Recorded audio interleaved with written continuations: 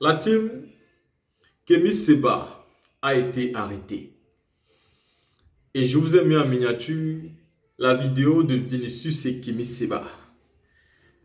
Dans la vidéo de Kemi Seba, il nous parle de son arrestation en France par les autorités françaises. Et la façon dont aujourd'hui l'Occident a la haine de voir les Afros se battre aujourd'hui pour une véritable souveraineté. Mais pour moi, ça m'a rappelé tout de suite ce qui s'est passé aussi avec Vinicius sur le cas du Ballon d'Or. Cette déception de tous les fans du Real de Madrid, cette déception de tous les fans du football tout court. J'ai été déçu par ces événements, mais aujourd'hui nous sommes engagés dans une lutte politique que je n'ai pas assez de temps à donner aux commentaires du foot qui ne servent à pas grand-chose. Mais ce qui s'est passé là-bas aussi dérange. Et c'est un combat souvent que nous devons mener. Mais nous n'avons pas le temps. Quand nous avons un peu de temps, c'est pour faire nos vidéos politiques clairement et passées. Souvent, on n'a même pas le temps de lire les commentaires, tellement on a nos activités qu'on doit gérer à côté. Et quand on peut faire nos vidéos, on se concentre sur la nécessité. Mais là, tu veux regarder ce qui s'est passé avec Vinicius. Vinicius méritait son ballon d'or et il n'y a pas de débat là-dessus. Vinicius a été meilleur que Rodri. Et d'ailleurs, Rodri ne fait même pas partie des 11 meilleurs joueurs de la première ligue de la saison dernière. Rodri ne fait même pas partie des 11 meilleurs joueurs de la première ligue. Ça veut dire que quand eux en première ligue, ils cherchent à savoir qui est le meilleur joueur. Les 11 premiers qu'ils ont mis, Rodri n'était pas dedans. Dans le ballon d'or, on n'est même pas le meilleur joueur de la première ligue. Il ne fait même pas partie des meilleurs de Manchester City. Quand on demande à Manchester City qui est ballon d'or, il dit c'est Foden. Il dit Manchester City eux-mêmes, ils disent c'est Foden qui est le ballon d'or, compte tenu de ce qu'il a fait. Le ballon d'or, c'est le meilleur joueur du monde en une année. Qui parmi nous peut regarder Rodri et dire qu'il a été le meilleur joueur du monde l'année dernière? Qu'est-ce qu'il a fait d'extraordinaire pour qu'il soit le meilleur? Aujourd'hui, voyez-vous, le ballon d'or est devenu du gros n'importe quoi. À l'époque de Messi et Cristiano, on pouvait concéder cela. Ça veut dire le fait que Iniesta, Xavi Hernandez, Xavi Alonso, Schneider, que ces gens comme ça ne prennent pas le ballon d'or, on se dit, bah, ils sont tombés à la mauvaise époque. Avec Messi et Cristiano Ronaldo, c'est compréhensible. Même si on sait que Messi aussi a volé certains. Bon, pour les pros du fan du Real, nous, c'est ce qu'on sait. Les pros du Barça vont nous dire le contraire. Eux-mêmes, ils doivent voir. Mais nous savons que Messi a volé les ballons d'or qui n'étaient pas les siens. Parce que l'UEFA et la FIFA veulent fabriquer quelqu'un. Une image pour le foot, c'est Messi. Après, Messi est fort. Donc, peu importe même s'il vole, ce n'est pas trop scandaleux parce que Messi est d'abord fort. Il faut le reconnaître. Mais derrière ça, nous avons eu quoi?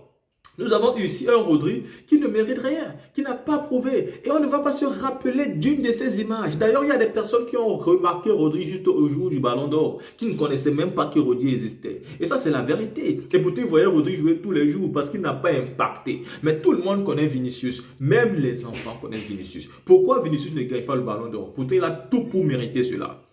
On nous explique aussi que c'est quand on calcule les votes, le Real avait trop de joueurs dans la liste, les 3 derniers, dont ça a joué. Et je dis que c'est faux.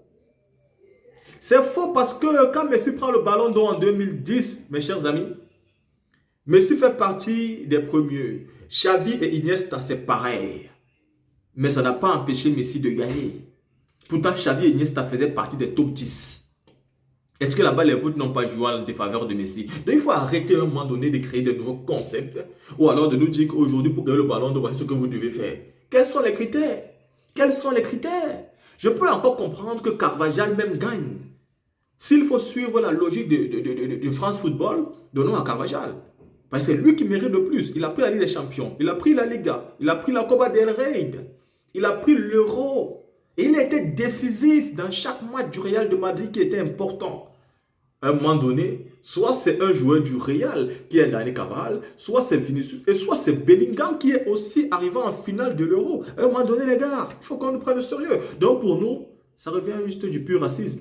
Parce que ce gars se bat pour le racisme, parce qu'il est noir. Et pour nous, c'est dérangeant. Il faut le dire, même si ça dérange les gens. C'est comme ça que nous pensons. Tim, écoutons donc aussi cette vidéo de Kémy Séba qui nous explique aujourd'hui les contours de son arrestation en France. Écoutons.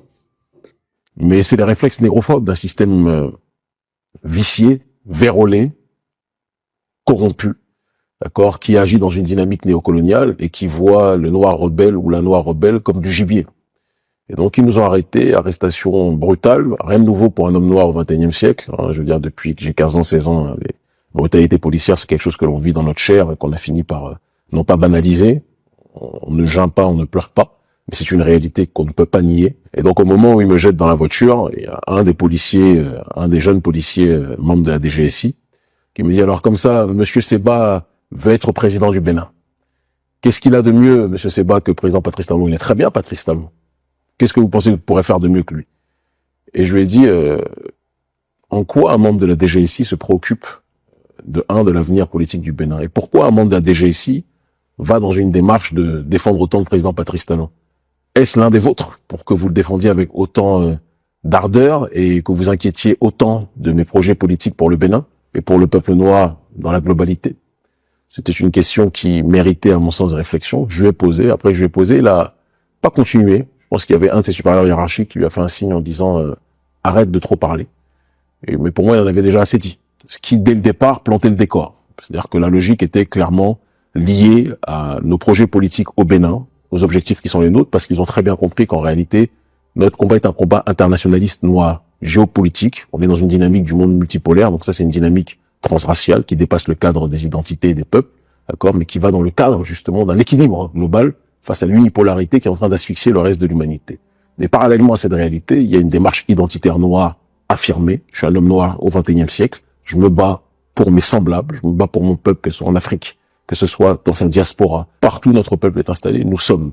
Et il est évident que nous relions cette réalité globale noire au foyer de cette résistance qui est celle que nous constituons, qui est le Bénin, que nous sommes dans une dynamique de vouloir libérer pour en faire la nouvelle interface de la révolution noire mondiale. C'est l'objectif qui est nôtre, de la révolution panafricaniste globale, c'est la dynamique qui est la nôtre, et nous l'assumons complètement. Déjà, vous parlez d'intelligence avec l'ennemi dans le but de susciter de l'hostilité vis-à-vis de la France. Mais nous, on suscite même pas de l'hostilité vis-à-vis de la France. On combat le néocolonialisme. Et le problème, c'est que les autorités néocoloniales françaises sont tellement bêtes que, en nous accusant de cela, elles reconnaissent en réalité que ce que nous dénonçons, c'est la politique qu'ils mènent. Qui se sent morveux se mouche. On n'a jamais dit on attaque les Français.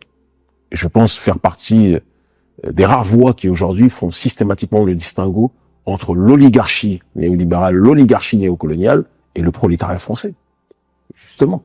Donc quand elles disent que je veux susciter de la colère contre la France et elles mélangent la politique de l'oligarchie néocoloniale à la France de manière générale, c'est parce que, quelque part, de par leur sens de la culpabilité, elles veulent essayer d'essentialiser la critique politique qui les vise pourtant pour l'élargir à une dynamique totalement française, ce qui est une complète et grossière hérésie.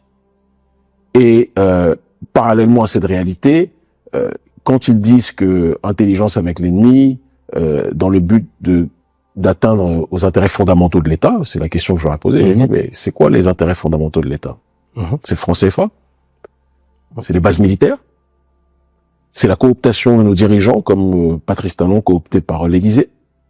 Ou Alassane Dramati Ouattara par l'Élysée? C'est quoi les intérêts fondamentaux de l'État? C'est le fait que l'on ne veuille plus que le franc CFA soit adossé à l'euro, qui est une monnaie beaucoup trop forte pour nos économies locales, et cela anéantit tout processus de compétitivité. Et tout le monde sait aujourd'hui que la balance commerciale des pays d'Afrique, de la zone franc, est déficitaire à cause de ce système. C'est quoi les intérêts fondamentaux de l'État?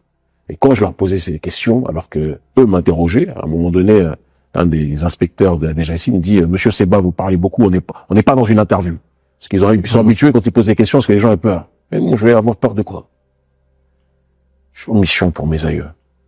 Ce que j'ai dans mon ADN, c'est le sang de mes aïeux qui ont été traînés, qui ont été saignés. C'est pour eux qu'on se bat. C'est pour notre peuple qu'on se bat. En Afrique et dans la diaspora. Et donc, je ne peux pas avoir peur ou être effrayé par qui que ce soit. Et je pense que les services de renseignement ont très rapidement compris. Ils posaient les questions, nous on répondait, ils disaient oui, mais, vous travaillez vous avez travaillé, collaboré avec Yevgeny Prigozhin, vous avez collaboré avec le Hezbollah, etc. Donc vous êtes des... Je dis, mais comment ça se fait que... Ou ils me disent, vous avez travaillé, vous avez collaboré avec les Russes ou autres, etc. Je dis, mais comment ça se fait que quand les Occidentaux font de la géopolitique, on dit ils sont brillants, c'est des stratèges. Mais quand maintenant des Noirs font parler leur cerveau et créent des alliances aux quatre coins du monde, en Amérique du Sud, en Europe de l'Est, en Asie, en Afrique, dans le monde arabe, on dit, ah, ce sont des subordonnés au terrorisme international. Il n'y a pas de terrorisme chez nous. On n'est pas dans une dynamique violente. On réprouve la violence. Je sais qu'il y a objectivement au sein de nos partisans, qui sont très nombreux, des gens qui parfois sont moins patients que moi. Mais moi, je sais pourquoi je prends la non-violence. Je sais très bien pourquoi je le fais. Pourquoi? Quand j'étais plus jeune, j'étais beaucoup plus dans la réactivité, dans la virulence. Si tu m'attaquais, s'il fallait que je prenne autre chose, je prenais autre chose.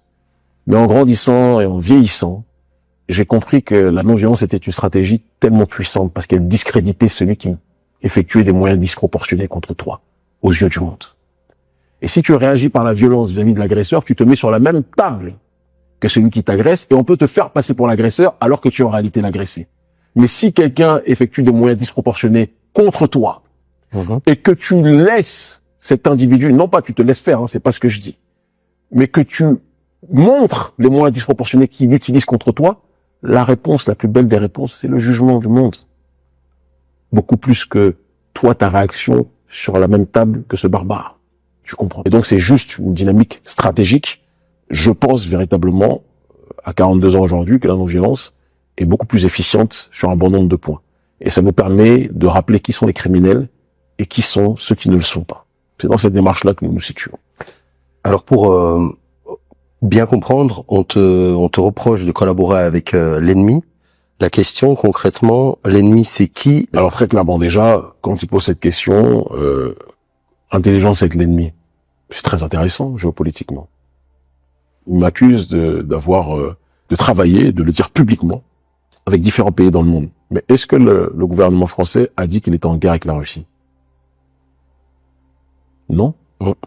Parce qu'ils se comportent comme des lâches et n'ont pas le courage de leurs opinions et se cachent dans une dynamique peut-être de proxy via l'Ukraine pour attaquer l'autre. Je ne sais pas. J'essaie de réfléchir.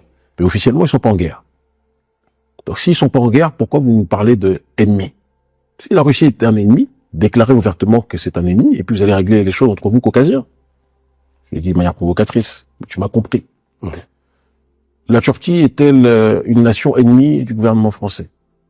Pourquoi des entités avec lesquelles elle ne déclare pas la guerre officiellement seraient des entités avec lesquelles nous, nègres marrons du XXIe siècle, on n'aurait pas le droit d'échanger? Eux-mêmes qui te parlent. Au moment où j'ai collaboré, on a commencé à collaborer avec la Russie, 2018, d'accord, Vladimir Poutine était invité en 2018 par Emmanuel Macron, on lui a remis même un prix ou une médaille d'honneur, je ne sais pas trop quoi, pour essayer de sceller l'alliance entre la France et la Russie. Nous, on a interagi à cette période-là avec les Russes. Pourquoi quand nous interagissons avec les Russes, ça devient maléfique? Mais eux, ils ont le droit de recevoir Vladimir Poutine et discuter avec lui. C'est bizarre. Je sais que dans le logiciel néocolonial français, et depuis surtout le conte de Gobineau, suprémaciste blanc devant l'éternel, les Noirs sont des êtres inférieurs, qui ne peuvent pas réfléchir par eux-mêmes et qui doivent toujours être guidés par des Blancs. C'est ce qu'ils pensent. Et c'est pour cette raison qu'ils estiment que quand on interagit avec des non-noirs, on est toujours dans une logique de subordination. Ça ne marche pas avec nous. Et ceux qui connaissent un minimum notre idéologie savent ce que je pense de la potentialité que quelconque blanc puisse nous diriger. Il faut lire ce que je dis dans l'Afrique libre ou la mort, en 2017, écrit en 2017 et publié en 2018. Ce que je dis sur la potentialité d'un partenariat avec la Russie. On peut pas être plus clair. Je suis très clair dans mes idées. En 2014, quand je parlais de la nécessité de créer des alliances multipolaires, j'en parlais de manière avant-gardiste dans mon ouvrage Black Nihilisme, d'accord? À l'époque, c'était Venezuela et l'Iran dont je parlais, parce que c'était les deux entités avec lesquelles on était en contact. Je disais de manière très claire que nous cherchons des partenariats, mais nous ne chercherons jamais des patrons, parce que le seul messie de l'Afrique, c'est l'Afrique elle-même. Je suis extrêmement clair, et je pense que ce qui leur pose problème, c'est d'avoir affaire à des Noirs intelligents. Ce qui leur pose problème, c'est d'avoir affaire à des Noirs qui sont profonds et puissants dans la géostratégie. Pas des Noirs qui sont complètement matrixés par les cours de la Sorbonne ou autres et qui suivent un logiciel qui n'est pas le leur, mais des Noirs qui sont en adéquation avec un logiciel aligné dans la dynamique de nos intérêts. C'est tout. On fait de la géostratégie souverainiste, on fait de la géostratégie, on fait de l'alliance avec différents blocs dans le but de servir nos intérêts. Et si nous pouvons instrumentaliser n'importe quel partenariat pour nos intérêts, on le fait. On sait très bien qu'en géopolitique, il n'y a pas d'amis, il n'y a pas d'amour, il n'y a que des intérêts. Tu comprends ce que je veux dire? Exemple très simple. J'étais en Azerbaïdjan. L'Azerbaïdjan est une critique virulente, et c'est une nation qui critique de manière virulente, d'accord, le néocolonialisme de la France et d'autres entités occidentales. On se rejoint dessus. Mais de l'autre côté, l'Azerbaïdjan, tout en critiquant l'oligarchie occidentale, elle est alliée à Israël. Et l'Azerbaïdjan sait que moi, je suis un allié fondamental et jusqu'au bout, je le serai de l'Iran tant qu'ils seront dans une dynamique anti-impérialiste. Donc, c'est pas parce que on se retrouve sur certains points que cela signifie qu'on est d'accord sur tout. La Russie, Vladimir Poutine. Vladimir Poutine a tenu des propos vis-à-vis des bourgs en Afrique du Sud, ou des blancs dans certaines contrées du monde face à la violence raciale, ou même en Occident. Vladimir Poutine soutient des partis que je vomis en Occident, comme le RN ou je ne sais quel autre mouvement identitaire en tant que tel. Vous pensez que je suis assez bête pour voir Vladimir Poutine en Messie? C'est comme les services de renseignement qui rédigent ou qui fabriquent nos fiches Wikipédia, qui racontent n'importe quoi et qui disent qu'Emi Seba est un admirateur de Vladimir Poutine. Moi, j'ai une tête d'admirateur de Poutine. Moi, je suis admirateur de personne, si ce n'est de notre peuple. Parlez-moi de Kwame Nkrumah. Parlez-moi de Khalid Mohammed. Parlez-moi de Winnie Mandela. Parlez-moi de Kwame Touré, Stokely Carmichael. Parlez-moi du roi Béanzin. Parlez-moi des Agoche. Mais arrêtez de raconter n'importe quoi en faisant croire qu'on est admirateur des uns ou des autres. Par contre, Poutine est un problème pour l'oligarchie occidentale. Est-ce qu'il y a un problème pour l'oligarchie occidentale? Moi, ça m'arrange. Même si c'est temporaire. L'ennemi de mon ennemi peut être ponctuellement mon ami. Ça ne me fera jamais mon messie. On ne peut pas être plus clair.